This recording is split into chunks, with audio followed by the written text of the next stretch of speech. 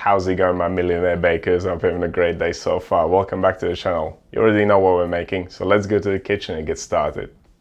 I was inspired to making the shortbread after seeing it posted on Instagram by my most prolific baking buddy, Lan. If you have spent any time on our Flickr group or in the YouTube comment section, you would know her very well. She is living proof that all my recipes work, but she doesn't just bake my recipes, and that is where this recipe comes in. It's a great little sweet treat that's super easy to make. There are a couple of technical lessons here, but even if you haven't done this before, you will be able to after watching this video. So let's see what we need to make these bad boys. For the shortbread base, we'll need some white bread flour, soft butter, and sugar.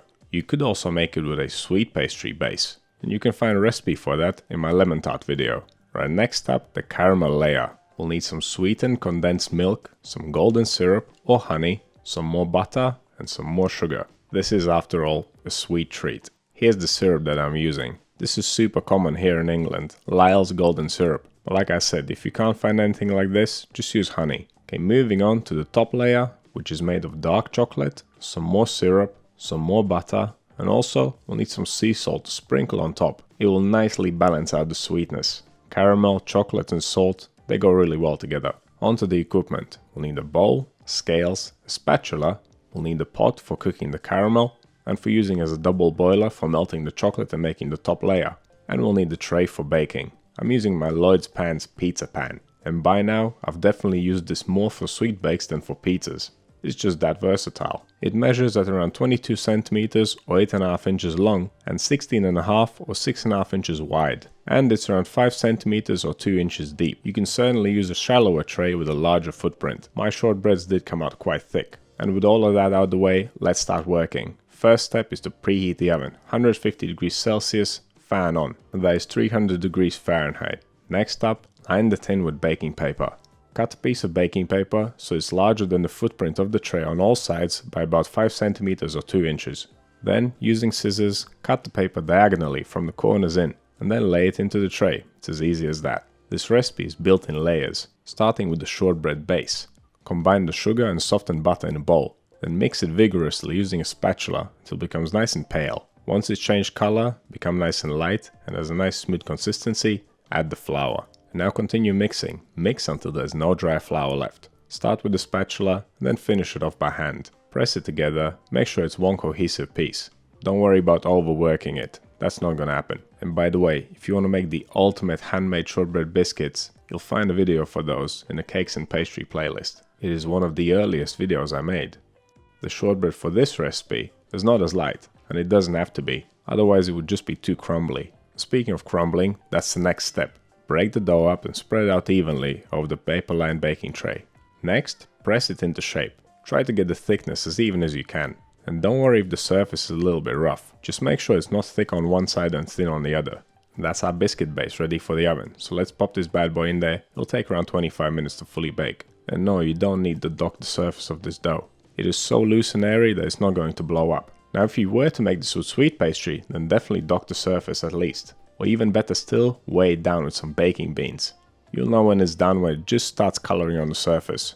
This light golden brown color is what we're looking for. And there you have it. Step number 1 out of 3 is done. Let's move on to step number 2, making the caramel layer. All we need to do is combine the ingredients in the pot. That'll be the sugar, the butter, the syrup, and the condensed milk. Then bring it over to the cooker and cook it until it turns into caramel. Sounds simple, right? And that's because it is, but it does require your full attention.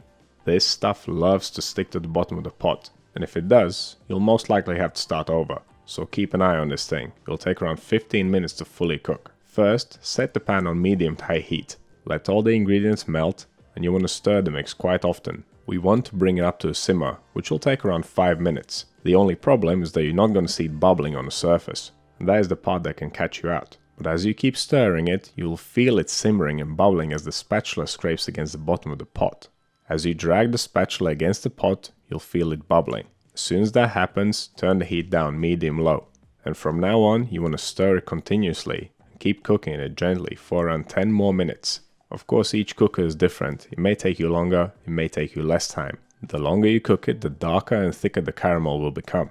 And the darker it is, the more flavorful it will be. But if you cook it too dark, then it will set like a rock once it cools down. So I would say, cook it until the color is slightly darker than the biscuit base.